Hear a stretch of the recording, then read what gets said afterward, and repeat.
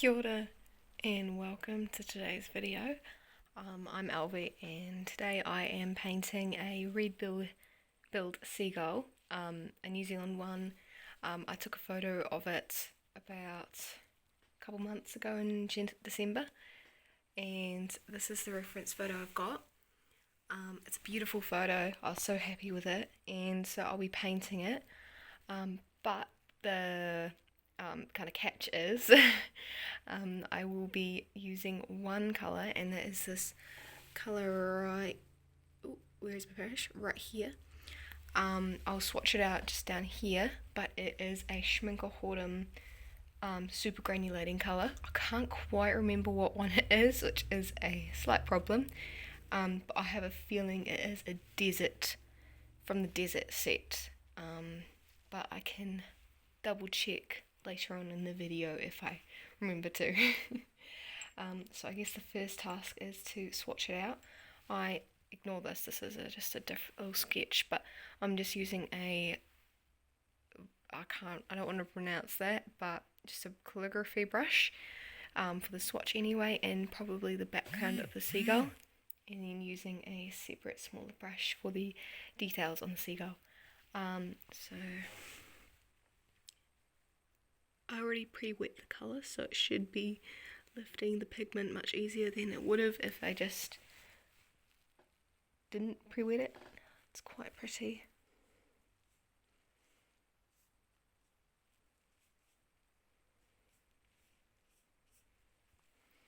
And then I'll add quite a bit of water up here to see how well it actually granulates, as well as kind of loading up the pigment down this end. If anyone's curious on this paper, it is Winsor & Newton's 100% cotton sketchbook. It is 300 GMS, I'm pretty sure. And yeah, it's a beautiful sketchbook. I love using it. It makes the work really vibrant, and it's really thick paper.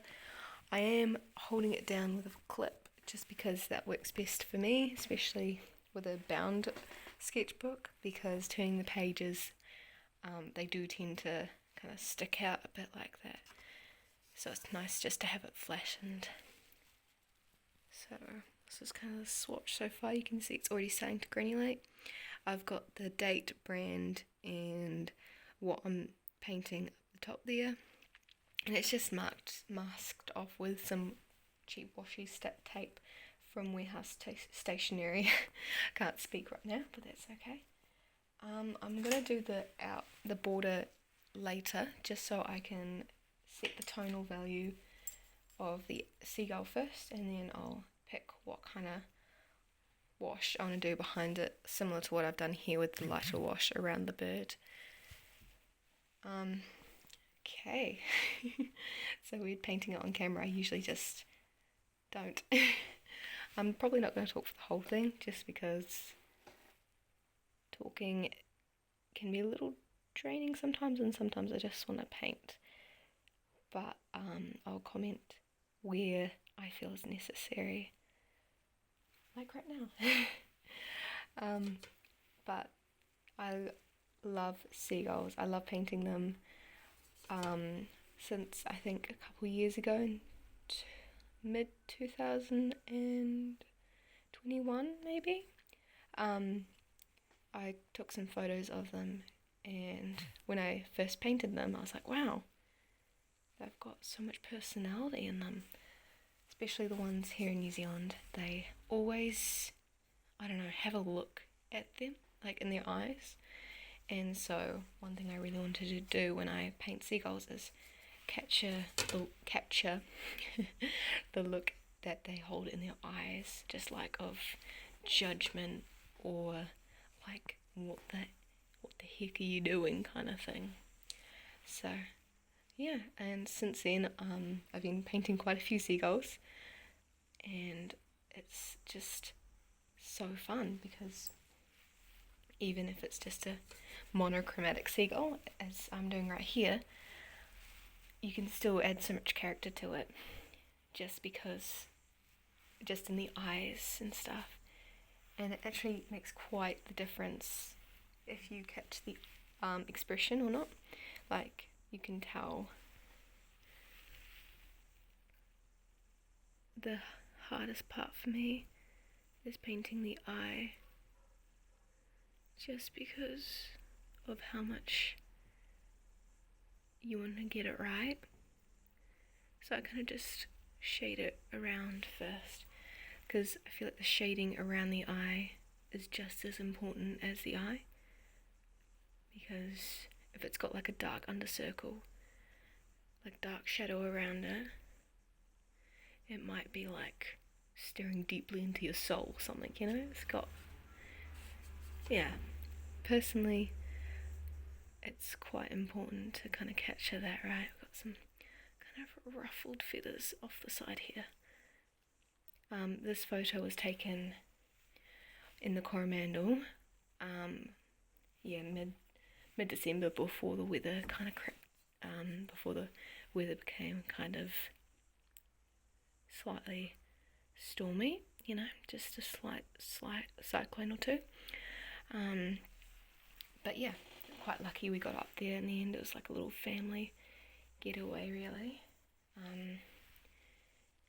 And yeah, it was beautiful, stunning up there, and clearly lots of stunning wildlife. A few oyster catchers, and just lots of native birds up there. Some dotterels, I can never say the name right. And yeah, lots of stunning birds, nesting sites and everything.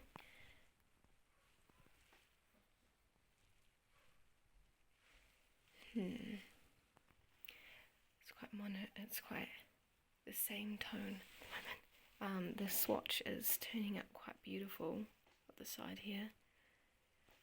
I do have to say, you can kind of see some brown coming from this end of the swatch. It's looking a little chubby at the moment, the seagull, but it's okay, it might have had a good meal. And then got a bit of the beak up here.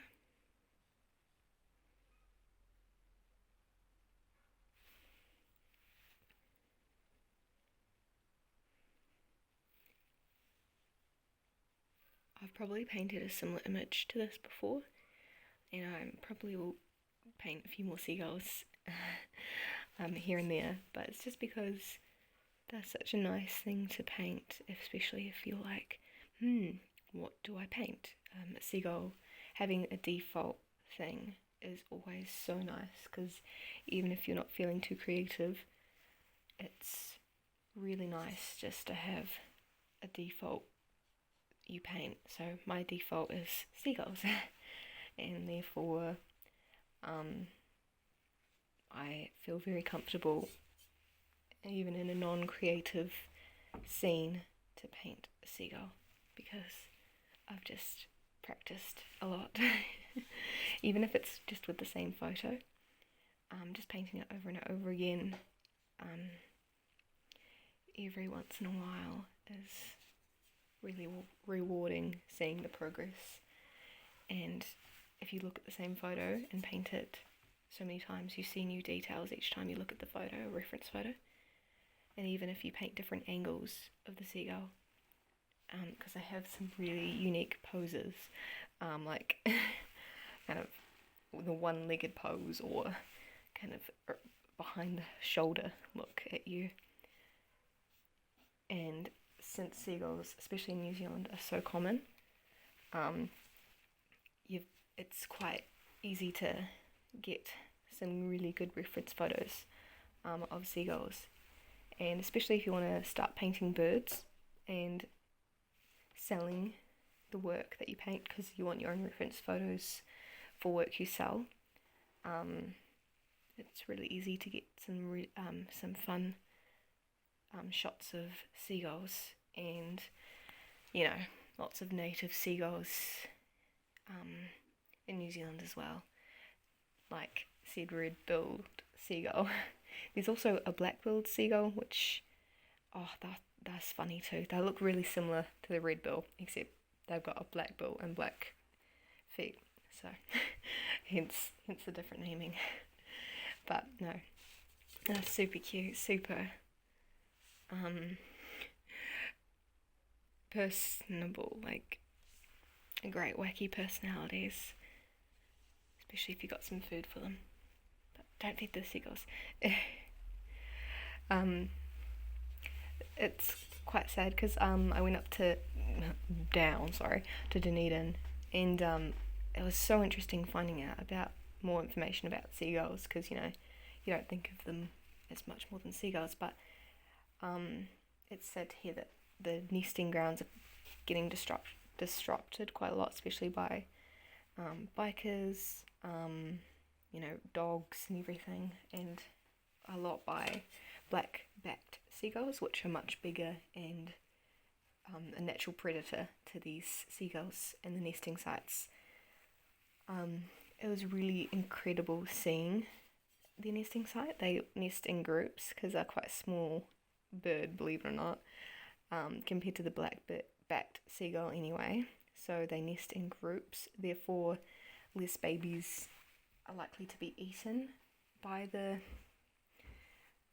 black-backed gulls anyway. And yeah, it was so cool because they all squawk in a very unsynchronized harmony whenever a black-backed gull swoops past or swoops the nesting site. And yeah, no, that's so interesting, and you wouldn't think much of it because you see so many seagulls, but nesting sites for these guys is actually quite hard to come by now, just due to all the bikers on the sand dunes and stuff disrupting them and ruining the nesting sites. So it's quite sad to hear, because as much as these guys are a little crazy, they're so lovely to see just everywhere I go. So hopefully things will change, but you never know. Anyway, onto a happier note, I'm just about to do the background, so we'll just do that one quickly. I'll start with a faint wash and then I'll work my way up. I'm using the same calligraphy brush now. I was using a Winsor & Newton one just before, so yeah. So I'm kind of doing like a halo effect, as my mum would call it. Kind of going darker around the edges and then lightening it around the bird.